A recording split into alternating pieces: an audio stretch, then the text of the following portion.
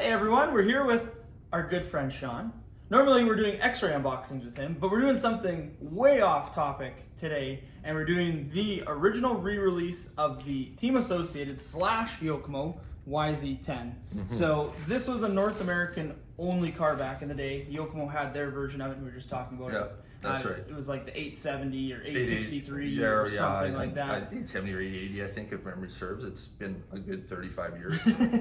Exactly. Please don't beat me up in the comments if I got that wrong. So this is a re-release four-wheel drive buggy, Yeah. and this is AE and Team Associated joining forces again to re-release some pretty cool classics. So this is on the heels of the RC10 and the RC10 Gold Pans and 40th anniversary kits. So it's pretty cool to see Yokomo just did release their version of this car as well, and it's red plastics. But let's cut this baby open and let's talk about some of the differences as we're going through of this car and the Yokomo. And let's show the people what they really came to see. What, they didn't come to see us? I don't think so, unfortunately. Oh, hurt feelings reports. Break her open here, first time, never even looked at it yet. So, What we got? so old school, like back in the day, they did the under tray. So Lexan under tray that actually goes on the bottom of the chassis, and then the body like kind of seals to it. So they would like put Velcro around it, and that back then, even then still use the body post. So like trying to mitigate like the dirt and that getting in. Okay. Because So, like, keep in mind it was like belt drive cars, right? So rocks and stones are a real issue. I get that, and I mean, quality of parts and pieces and materials aren't as good as they are today, right? Yeah, So for sure. doing the over tray definitely kind of starts making a little bit more sense. Everything I'm seeing so far as well is all with the Yokomo sticker on all the plastics. Yep. So kind of interesting. We're going to start with that kind of right off the bat. So what do we got next? Well, of course, the old school wing, which if you look on the box, used the old piano wire instead of like actually like a wing mount and everything. That was like you used to have to like bend it and like shape it and it crash and it would get all warped, but you just bend it back type of stuff. But yeah. Man, how far RC has come. It has changed a lot. So we brought Shawn on because this is honestly, this was out before I was born, or really darn close to. So it turns out that I just don't have any experience with this. So Shawn back in the day raced here in Saskatoon and did two-wheel drive buggy, some stadium truck stuff, and was into this when I was this tall. I was still in high school back then. Oh yeah, so it's been a minute. When this was being released. So 5-10 years ago. Add a 20 or 30 to that, and we're getting close. I was giving you some. I mean, they're doing the standard. So it was instead of a hex, it was actually a square for the wheels, and then it used the two screws to retain it on the hub. So that's kind of classic, nostalgic, old era period, correct? And then these now aren't normal size because they look small. No, they are. So I want to say, I think it was the 91 or 93 Worlds Associated, or was it Losi? Anyway, one of the teams introduced the breakthrough wheel of the 2.2. And it was the go-to thing for that year's Worlds, and then all of a sudden that's when you saw the industry kind of switch over to that, become industry standard on 2.2. And that, whereas back then it was, and I mean, again, look at the tires, like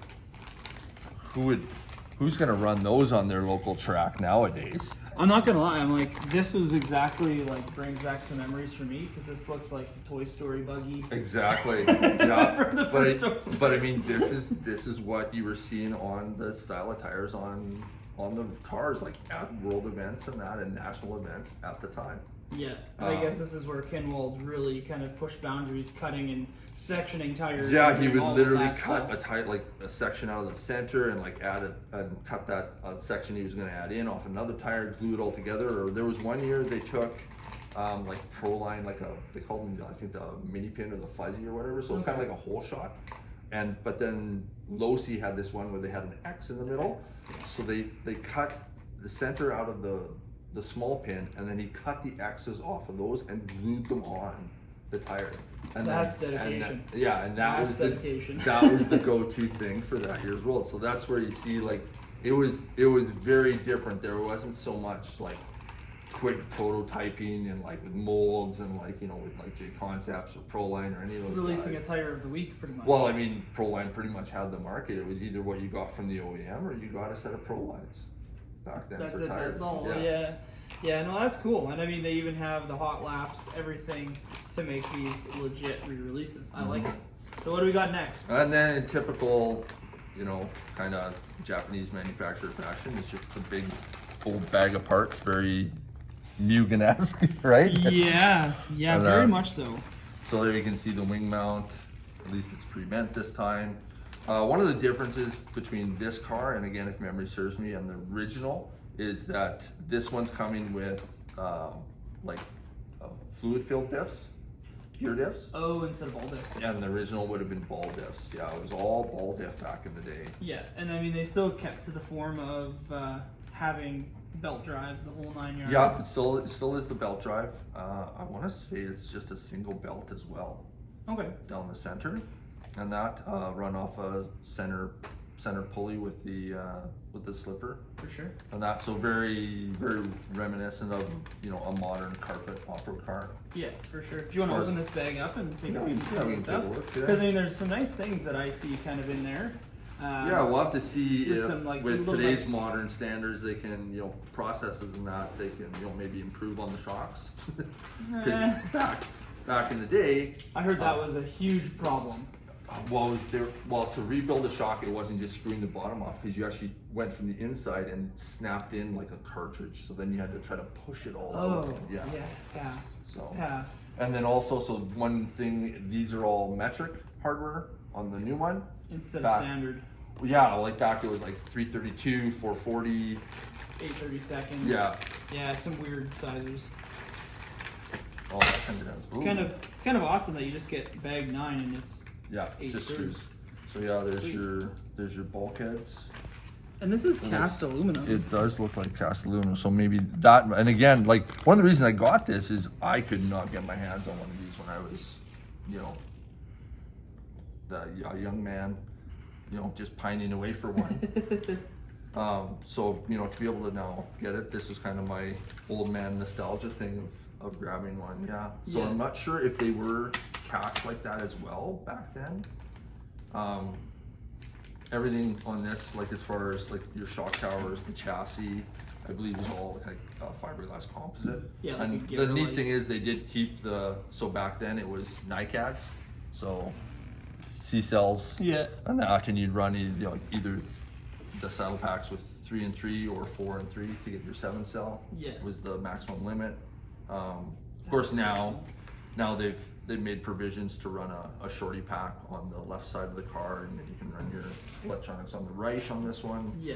Again, more More you know, modern if yeah, you want to more- go that way, or you can still go back factory nostalgia if you can find enough of the C's. Oh, yeah, and if they actually work still. Questionable. That. And then yeah, you got your drivetrain here. Most of the things, your belt, shock tower, upper bulkheads. I will say the plastic looks a little bit different than what we saw with the RC10s. Mm-hmm. It's a little different color. It I know is, that yeah. was one issue with the RC10 40s, is why they were such a limited run, was because the plastic color that they wanted and what they got weren't quite the same. This is the rumor I heard. This might not be 1,000% true, so don't hold me to it. But this is what we got told. And then what happened was, by the time that the manufacturer got a hold of the production center, they couldn't correct the color in time to be here for 2024. So then it would be a 2025, and it's our 40th anniversary. It would miss the deadline. Yeah, it was a little bit different. So, so this is going to be an outer, like a front and a rear belt, or a rear and a front belt, because there is another belt buried in that bag there. Oh, So yeah, kind of so the interesting. short one would be probably your rear, I believe, and then the long one would go to the front as an idler on the front one. Yeah, and then just the caps for your bulkheads on the front for your diffs. Yeah. Sensor cap. That. It's crazy. A few other pieces, odds and ends. Sway bar stuff. Yeah. So that's bag number 4. Yeah. So bag number 8 is more your newer stuff. So the hold down for the battery tray, and that for using the shorty pack now. They include a pinion in this. What? Yeah. That's kind of amazing. Yeah, No, so you get a no pinion. 10 scale 2 or 4 wheel drive cars, or even 8 scale cars come with pinions. No. And then of course the prerequisite just Plastic horns. The orange, yeah, for depending on what servo you have. And that looks like this is our shock bag. Trying to see here. Give it a look. Oh yeah, and they have, from the looks of it, gone with a more modern. I can get it. O-ring package. Yeah, and you can actually like screw the bottom on. It's not going from the inside. So yeah, it's the more modern shock design that we're all accustomed to. Although you can see how small they are. Like Yeah, they're like super a 10 tiny. or 11 mil Yeah. bore. They're Yeah. pretty teeny, right? Yeah, really tiny. But chrome shafts, which is nice to see. Yep. E-clip pistons, which is also nice to see. Yeah, We're I using mean that that's on the X-ray, right? Yeah, for sure. I mean it's not everything new is new. 100%. If it ain't That's- broke, don't fix it kind of mentality, right? Yeah, so that'll be a little nicer to put together than your wing mounts. So this is what actually attaches to the wing wire. wing and the wing wire, and then mounts to the rear shock tower or rear bulkhead. Gotcha. And that. Body clips. Hey, your wing wire's even. I know pretty bent. prevent. I know. They're going places now, Bill. So we're not going high wing no more. Yeah. Diffs. So like I said, this one is gear diffs, fluid filled gear diffs. They do include the oil inside and that. So again, more of a modern look to it. It's kind of crazy they did black diff housings, like the material wise. And if you wanted to run it, I hope that they do offer maybe a better gear, because the white plastic kind of scares me a little bit. Oh yeah. Especially as a gear. But hey, that's just me. I might be completely off topic. Honestly, I'm just hoping that they have replacement parts. So if there is, I mean, I know a lot of clubs do have like quote unquote vintage classes. So Yeah. I mean, This fits into that, obviously. oh for sure. And I perfect, mean, right? now if you can actually get replacement parts if you break something. You're doing pretty okay. Well, AE's releasing them. I know they did RC10 stuff and RC10T. Yeah, So so I would imagine this is I'm hoping, close behind, right? Yeah, as of if filming nothing else, this. I'm just tempted to try to take it out once or twice just to see how it is. Yeah, And that. yeah. So- Obviously, have to do a hex conversion or something for the front end. Well, again, if they can get different wheels and that, though, I mean, with our track, I can just sand those down and treat them and set down, right? True, With very the, true. With the clay. Yeah, more just your turnbuckles and that sort of. So the old school, just the like push rod style. There's no adjusting toe. No. Not easily, anyway. No. And then this is obviously servo saver stuff. Yeah, it looks like more service. Ackerman plates. Yeah. Yeah, okay. Very Sort of basics. stuff. The one thing I have been noticing too, which we haven't talked about, is were these cars back in the day bushings or were they bearings? Most of the your race kits did come with bearings. Okay, fair enough. A lot of manufacturer would offer a kind of a tear down version of it. Mm-hmm. So like with Losi, they had the JRX Pro, Yeah. and then they had the JRX Junior. So they're very identical cars, but like the Junior came with bushings and the Pro came with Bearings. type Okay, of stuff. so it was just like some cost saving measures. Yeah, it was kit to like kit.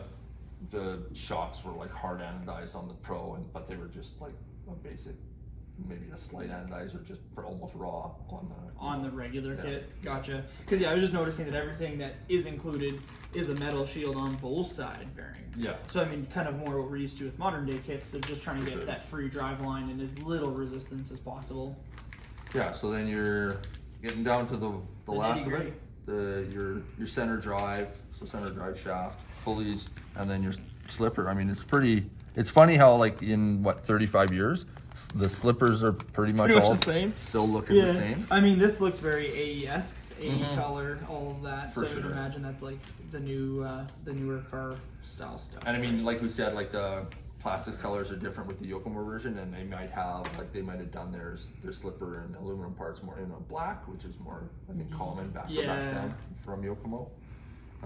So final bag. Final bag, your suspension components, steering components. Again, it looks more like a cast aluminum pieces as opposed to machined or anything. And then look how tiny those arms are. They're cute. I know, They're right? so cute. Little baby A arms. But yeah, it just shows how different and how much things have changed. Which I mean makes sense. 35 years, you Yeah. kind of expect them to. And then were the steering knuckles and the rear hub carrier exactly the same part? I don't think so. I don't know. Just But looking it kind at of looks like it is, though, doesn't it? Yeah, it's like one stands up Like this I, way, like I one said, lays like down. some stuff, like for me to see this car back in the day, it was like through like RC Car Action and like magazines. It was we're talking pre-internet area, kids. Yeah. I know it's hard to believe there was such a time, but yeah, you know, when you weren't carrying in your pocket more computing power than any computer back in 1989. Touche. You know, so I'm guessing so. Like this is supposed to be just a reproduction, re-release. So you know, That's kind of neat. I mean, it's kind of cool to see that you get a little bit more. I'm going to say like commonality front to back. Yeah. We don't see that anymore. No, we are very specific front end, very specific rear Yeah. end, and usually very specific left to right as well. There's for very few sure. I cars mean, that yeah, can cars mimic have it changed a on. lot. Yeah. I mean, they, you know, to the average person, they'll probably all look the same, but they are not. They are not, yeah. And then those are, I assume, the wheel hexes. Those are the hexes, yeah, they're ginormous. And they're actually a nice aluminum. They're not a cast. They are Yes. like a nice metal there. So Yeah, super thick too. yeah, very much so. We can get a video of that. It's pretty neat. Very, very cool. And then yeah, other things in the bag here. Just your standard, like we said, the chassis. Got your chassis upper braces here.